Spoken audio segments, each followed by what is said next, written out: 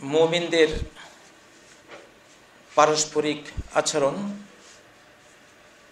তাদের মতবিরোধের মুহূর্তে কেমন হওয়া উচিত, এই বিষয়টি নিয়ে ফদিলাত শেখ আমার অত্যন্ত প্রিয় ভাই ডক্টর মঞ্জুর ইলাহি আকরমাহুল্লাহ তিনি যে প্রবন্ধ দিয়েছেন এবং ফদিলাত শেখ ডক্টর খালেদ সাইফুল্লাহ শাফাহুল্লাহ ও হাফিজাহুল্লাহ তিনি তার সভাপতির স্বাগত ভাষণে যে দৃষ্টিভঙ্গি দিয়েছেন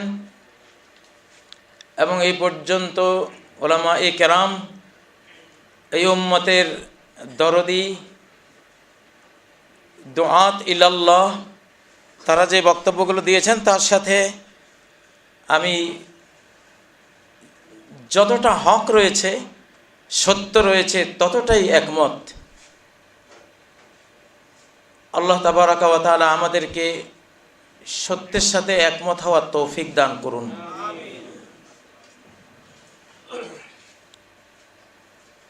পুটিয়া মাদ্রাসায় একজন ভালো বুঝদার আলেম ছিলেন, ওলি আল্লাহ টাইপের। বু আলী বেঁচে আছেন কিনা জানি না, নামে ভুল করেছি কিনা তাও জানি না, অনেক দিন আগে শোনা কথা, মারা গেছেন। বু আলী, আল্লাহ ওনাকে জান্নাত নসিব করুন। উনি মুজাররাত কোরআন পড়তে বেশি ভালোবাসতেন, ছাত্রদেরকে উৎসাহিত দিতেন, খালি কোরআন পড়া, অনুবাদওয়ালাটা না। কারণ তাফসীরের কিতাব যারা পড়ি, আয়াত এক লাইন আয়াত, এরপরে 50, 60, 100 লাইন হলো আকওয়ালুন নাস। 1 কেজি গোস্তের মধ্যে যদি 20 কেজি আলু দেয়া হয়, সেটা কি গোস্ত খেলাম না আলু খেলাম? সেটা আলু খেলাম। আসলে কুল্লামা কানাল ইলমু ইয়ানি ইলমুল কিতাব ওয়াস সুন্নাহ আকসারা ওয়া আগজারা ওয়া আওফার কানাল ইখতিলাফ আকাল। কোরআন ও সুন্নাহ থেকে ডাইরেক্ট সরাসরি নেয়া যে ইলম, আল ইলমু ক্বালা আল্লাহু ক্বালা রাসূলুহু ক্বালা আস-সাহাবাতু লাইসা বিত-তামওয়িহি। ইমাম ইবনুল কাইয়্যিম রাহিমাহুল্লাহ এবং তার উস্তাদ ইমাম ইবনে তাইমিয়া রাহিমাহুমুল্লাহ এবং আরও আগে আইম্মায়ে কেরাম, যারই ইলমের মধ্যে আমরা বিশ্বব্যাপী বারাকা দেখেছি, এজন্য দেখেছি তারা সাংঘাতিকভাবে সরাসরি কোরআন এবং সুন্নাহ নির্ভর ছিলেন। ইমাম শাফি রাহিমাহুল্লাহ রমাদান আসলে 60 বার কোরআন খতম করতেন, 60 বার। আর ইমাম আবু হানিফা রাহিমাহুল্লাহ সম্পর্কে তো এক রাতে 1 খতম করার রেওয়ায়েত রয়েছে। ওসমান গনি রাদিয়াল্লাহু তাআলা আনহু সম্পর্কে 1 রাকাতে গোটা কোরআন খতম করার রেওয়ায়েত রয়েছে।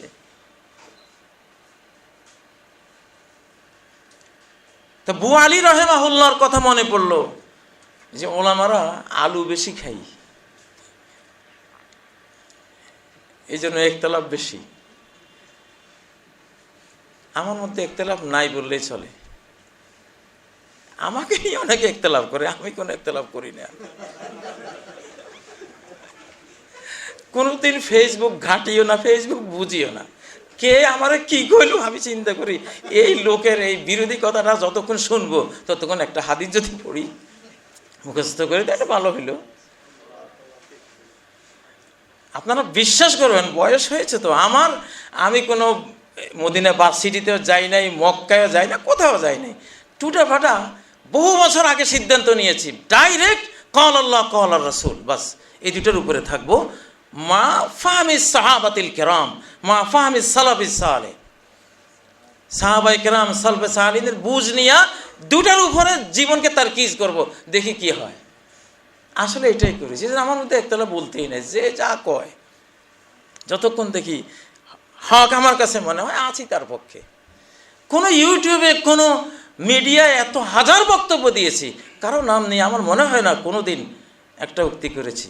করলেও শয়তান কোনোদিন ভুলিয়ে ফেলেছে কিনা জানি না, কিন্তু ওইভাবে বলি নেই, ওই মেজাজটাই আসে না। কোরআন সুন্নাহর বারাকা এটা। তো এই জন্য আপনাদেরকে মোতারজ্জাম কোরআনের চেয়ে গায়রে মোতারজ্জাম কোরআন ডাইরেক্ট পড়া, সরাসরি নুসুসুল হাদিস পড়া, মুখস্থ করা। আমার জীবনের অভিজ্ঞতার আলোকে আপনাদেরকে এই একটা সাজেশ দিলাম, একতলাপ কমে আসবে ইনশাআল্লাহ। এখানে ডক্টর মঞ্জুর এলাহি ভাই যে আয়াতটি নিয়েছেন সূরা আল হুদের 118 119, ইল্লা মার রাহিমা রব্বুক। অনেকে আছে ইলম পেয়েছেন, রহমত পান নাই, তাদের দ্বারা উম্মতের মধ্যে ইখতিলাফ বাড়ে। অনেকে আছেন রহমতও পেয়েছেন, ইলমও পেয়েছেন, তাদের দ্বারা উম্মত মুত্তাফিক হয়। فوجد عبدا من عبادنا آتيناه رحمة من عندنا وعلمناه من لدنا علما। খাদির আলাইহিস সালাম, আর রহমান আল্লামাল কোরআন, আল্লাহ নিজে বলছেন, তিনি যে তালিম দিয়েছেন রহমান সিফাত নিয়ে। ফাবিমা রাহমাতিন মিনাল্লাহি লিনতা লাহুম, আপনার অন্তরে আল্লাহর পক্ষ থেকে উম্মার প্রতি, মানব জাতির প্রতি যে রহমতটা, দয়া মায়াটা মুস্তাকির হয়েছে, স্থান করে নিতে পেরেছে, রহমতময় হয়েছে, করুণায় স্নেহে মায়ায় মমতায় ভরপুর হয়েছে, করুণার একটা সাগর বানিয়ে নিয়েছেন হৃদয়কে। এই জন্যই লিনতালাহুম। লিনতালাহুম মানে কি? আত-তাকায়্যুফ, ম্যাচিং করতে পেরেছেন। সফট জিনিসই শক্তের সাথে ম্যাচিং করতে পারে। নারী জাতিকে আল্লাহ সফট বানিয়েছেন, যেই কোনো পুরুষের সাথে ম্যাচিং করবে। যদি শক্ত হইতো কখনো এই ম্যাচিংটা হতো না। আর যাকা আত-তাকায়্যুফ, মেধার অনেক সংজ্ঞা আছে। স্মার্টনেস কাকে বলে? যাকা আল জাওয়ালাতু যাকিয়া তাজআলু সাবিয়্যা গাবিয়্যা। স্মার্টফোন শিশুকে গবেট বানায়, স্মার্ট। যাকার ইংরেজি হলো স্মার্টনেস। আমি কিন্তু ইংরেজি জীবনেও পড়ি নেই, কিন্তু আরবি পড়লে, কোরআন পড়লে সব ভাষায় কম বেশ বোঝা যায়। তা স্মার্টনেস, যাকা, স্মার্টনেসের ইউনিভার্সিটি অঙ্গনের সংজ্ঞা হলো যাকা আত-তাকায়্যুফ। স্মার্টনেস কাকে বলে? যে কোনো একটা জিনিসের সাথে আপনি নিজেকে লাইয়েন, সফট হয়ে, হাইয়েন, নরম হয়ে ম্যাচিং করে নিলেন। এটা নবীরা পারতেন। নবী সাল্লাল্লাহু আলাইহি সাল্লামকে আল্লাহ কি বলছেন? ফাবিমা রাহমাতিম মিনাল্লাহি লিনতা লাহুম। এমন এক বেঈমানি, কুফরি, শিরকি সমাজের সাথে কিভাবে ম্যাচিং করে দাওয়াতি এই মিশনকে এগিয়ে নিয়ে গেছেন, এটা রহমত ছাড়া সম্ভব ছিল না। দয়া মায়া, উম্মতের প্রতি রহমত, এটা আমাদের ভিতরে লাগবে। একজন আমার সমালোচনা করলো, আমি খেপে গেলাম, অথচ আমার রায়টা বাতিল, আমার বুঝটা ভুল, তারপরও খেপছি, আমার ইগোতে লাগছে। এটা ইগো। অধিকাংশ ইখতিলাফের মূল কারণ কোরআন থেকে নিতে হবে।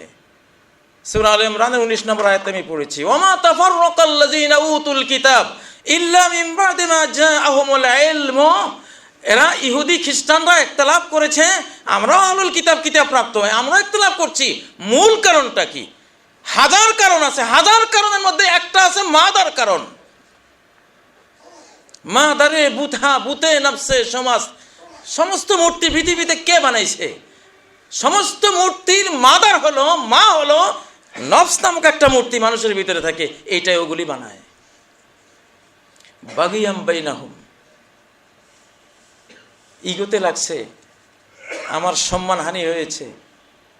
যেমন বাংলাদেশের বড় একটা মসজিদে ফরজ নামাজের পরে মুনাজাত চলে, আমি আবার মুনাজাত কয়েক বছর ম্যাচিং করে লিনতালাহুম, ওদের সাথে চলতে চলতে বুঝাতে 2-3 বছরের লিনতালাহুম পর্যায়ে যখন গেছি, নরম ওদের সাথে মিশে যখন দেখলাম যে এখন উপযুক্ত, তুলে দিয়েছি। আমি যে কয় বছর ছিলাম এটা ছিলই না। তো বড় মসজিদের খতিব সাহেব কাছে জিজ্ঞাসা করেছে, আপনি কেন তোলেন না? কয় মনে হচ্ছে তা আছে, নাই এটা তো জানি এটা নাই, তো আপনি তারপরও কেন বলেন না? এত বছর করছি, এখন যদি এটা বাদ দিতে যাই তাহলে আমার এলেম কালাম থাকে, স্বীকৃতি কিছু থাকে। দেখেন, একটা হলো দ্বীনের পক্ষ নিয়ে রাগ হওয়া, দ্বীনের পক্ষ নিয়ে প্রতিশোধ পরায়ণ হওয়া, আরেকটা হলো নিজের নফসের পক্ষ নিয়ে রাগ হওয়া, নিজের নফসের পক্ষ নিয়ে কাউকে ঘায়েল করা। এই দুইটার মধ্যে আসমান জমিন পার্থক্য আছে। বাগিয়াম বাইনাহুম, আকসার ইখতিলাফ নিজের ইগোতে একজনে আঘাত দিয়েছে, এই জন্য আমরা করি। বিসমি দ্বীন, দ্বীনের নামে। আসলে এটা দ্বীনের নামে আমরা যদিও করছি, এটা আমি আসলে নিজের কোনো একটা ক্ষতি সে করেছে, প্রতিশোধ নিচ্ছি। আমার গ্রুপকে সে ডাউন করে দিয়েছে, আমি প্রতিশোধ নিচ্ছি। এটা বাগিয়াম বাইনাহুম, এটা ইয়ানে দাওয়াতান ইলা হুব্বিল্লাহ ফীমা বাইনাহুম, এটা তো না। অধিকাংশ ইখতিলাফ বাগাওয়াত থেকে হয়। ভিতরে একটা ভাইরাস আছে, এই ভাইরাসের নাম হলো দাব্বা ইলাইকুম দাউল উমামে ক্বাবলাকুম আদ-দাউ ওয়াল হাসাদ, আল হাসাদ ওয়াল বাগদা। ইহুদিদের রোগ ক্যান্সার, খ্রিস্টানদের রোগ, যেই রোগের কারণে ৭১-৭২ দল ওরা হয়েছে, সেই রোগ তোমাদের হৃদয়ে, সেই ভাইরাস তোমাদের ভিতরে ঢুকছে। আল হাসাদ ওয়াল বাগদা, সেটা কি? হিংসা আর ঘৃণা। হিংসা ঘৃণা কেন হয়? আল্লাহর জন্য হয় না। আমার ইজ্জত সে কিছুটা নিয়ে গেছে, আমার দাওয়াত কমে গেছে, আমার যে মান সম্মান, চেয়ার, পজিশন, এগুলি তার কারণে আমি ক্ষতিগ্রস্ত হয়েছি, অতএব জীবনে তাকে মেনে নেব না। নিজের ইগো। ইবলিস সর্বহারা হয়ে গেছে আদমের বিরুদ্ধে। কি কারণটা? ইগো। তার ইগোতে লাগছে, সে আমার সম্মানহানি করেছে। তো ভাইয়েরা, আসলে কথা এটা লম্বা কথা, আমি আর সময় নিচ্ছি না। আমাদের ইলমুন নফস, আল্লাহ যেখানে ইল্লা বাগিয়াম বাইনাহুম বলছেন, এখানে ইলমুন নফসের একটা হালাত বর্ণনা করছেন, সাইকোলজি, একটা মনোবিজ্ঞান বর্ণনা করছেন। দিল যদি সাদা হয়, হুয়া তাকিয়ুন নাকি লা ইসমা ফিহি ওয়ালা বাগিয়া ওয়ালা গিল্লা ওয়ালা হাসাদ। আফদালুন নাস হলো কুল্লু মাখমুমিল কলবি সাদুকুল লিসান। হাসান পর্যায়ের হাদিস। যার জিহ্বাটা সত্যাশ্রয়ী আর যার মনটা মখমুম। সাহাবারা বুঝলেন না মাখমুমুল কলব কি। নবীজি বললেন, আত্তাকিয়ুন নাকি লা ইসমা ফিহি ওয়ালা বাগিয়া ওয়ালা গিল্লা ওয়ালা হাসাদ। তার অন্তরটা এত সাদা, এখানে কোনো পাপের প্রতি কোনো আকর্ষণ নাই। ওয়ালা বাগিয়া, কারো হক, কারো অধিকার, কারো সম্মান লুটে নেওয়ারও কোনো ইচ্ছা নাই, কারো কিছু হরণ করার যে তার জায়গা আমি নেব এমন কোনো ইচ্ছা নাই। ওলা গিল্লা, কোনো ঘৃণাও নাই। ওলা হাসাদ, পরশ্রী কাতরতাও নাই। এই লোকটা সেরা মানুষ। আমার মনে হয় ইলমুন নফসের দিকেও এখানে আমাদের নজর দিতে হবে, যাতে করে একজন মুসলিম ভাইয়ের প্রতি আমাদের রহমত আসে মনের মধ্যে। বিশ্বাস করবেন, এখন একটা সময় পার হচ্ছি, কোনো আলেমের কথা শুনে আগে অনেক রাগ হতাম, ভিতরে ভেতরে কিছু বলতাম না, এখন রাগও হই না। কারণ আল্লাহ যে একটা সেট বানিয়েছেন, একটা মানুষ, আপনারা এখানে যতগুলো সেট আছেন, ধরুন আইফোন সেট, স্যামসাং সেট, একটা আইফোন কত উন্নত, কতগুলি গুণ তার ভেতরে। আপনি যদি এই আইফোনের দুর্নাম করেন মিডিয়ায়, কোম্পানি ধরে বসবে আপনাকে যে আমার এই সেটটার তুমি কেন দুর্নাম করলা, মার্কেট নষ্ট করলা কেন। ঠিক আল্লাহর তৈরি আশরাফুল মাখলুকাতের এক একটা সেট, বিশেষ করে এই যে ইমানদার, সৌন্দর্যের খনি এক একটা মুমিন। এর দিকে তাকাইতে হবে যে এই সেটটা রব্বুল আলামিন বানিয়েছেন, এটা তো কোনো কলঙ্কিত দোষী সেটটা না, এ তো গুণে ভরা। ইমাম বুখারী বাব তৈরি করেছেন, বাবু কওলিন নবী সাল্লাল্লাহু আলাইহি সাল্লাম ইন্নামাল কারামু কলবুল মুমিন। আরবরা আঙ্গুরকে কারাম বলে। কারাম মানে সমস্ত সৌন্দর্যমণ্ডিত একটা ফল, এইরকম কারণ আঙ্গুর তাদের কাছে। নবীজি বলেন না, মুমিনের হৃদয়টা হলো সেই কারাম, সর্বসৌন্দর্যে ভরা। আল্লাহ তাআলা এমন বানিয়েছেন, লাকাদ খালাকনাল ইনসানা ফি আহসানি তাকওয়িম। আমি যখন ডক্টর সাহেবুল্লাহ ভাই, মঞ্জুর ভাই, জাকারিয়া ভাই, ওলামায়ে কেরাম, ওনাদের কথা আসলে আমার ভিতরে আমি ভাবি কি, এই লোকটা তো মাহাসিনে ভরা, আল্লাহর মহাবিশ্বের সবচেয়ে সুন্দরতম সৃষ্টির একজন সদস্য। দোষ তো বাহির থেকে আসে, তার বাহির থেকে এসে জড়ে বসে, হয়তো ওগুলো সাফ করা যায়।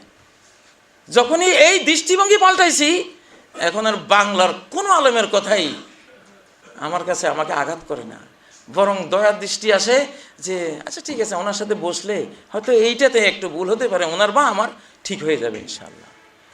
এটা দৃষ্টিভঙ্গি পাল্টাইতে হবে।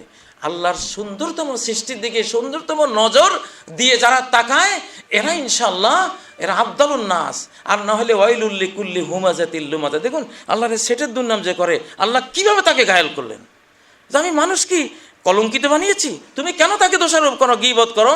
30 বার জিনার চাও একবারের গীবত ভয়ঙ্কর এই সেট যিনি নির্মাণ করেছেন তার কাছে কেন? আসলে মুমিন না মুমিনদের প্রতি সৌন্দর্যে ভরা একটা সৃষ্টি, এই দৃষ্টিভঙ্গি নিলে বাংলাদেশের ইখতিলাফ 90% চলে যাবে ইনশাআল্লাহ। আল্লাহ তাআলা আমাদেরকে আমাদের দৃষ্টিভঙ্গি চেঞ্জ করার তৌফিক দান করুন। আমাদের মধ্যে যেই মাহাসিন দরকার আল্লাহ সেগুলি আনার তৌফিক দান করুন। সুবহানাকাল্লাহুম্মা ওয়া বিহামদিক, আশহাদু আল্লা ইলাহা ইল্লা আনতা, আস্তাগফিরুকা ওয়া আতুবু ইলাইক। আসসালামু আলাইকুম ওয়া রাহমাতুল্লাহি ওয়া বারাকাতুহু।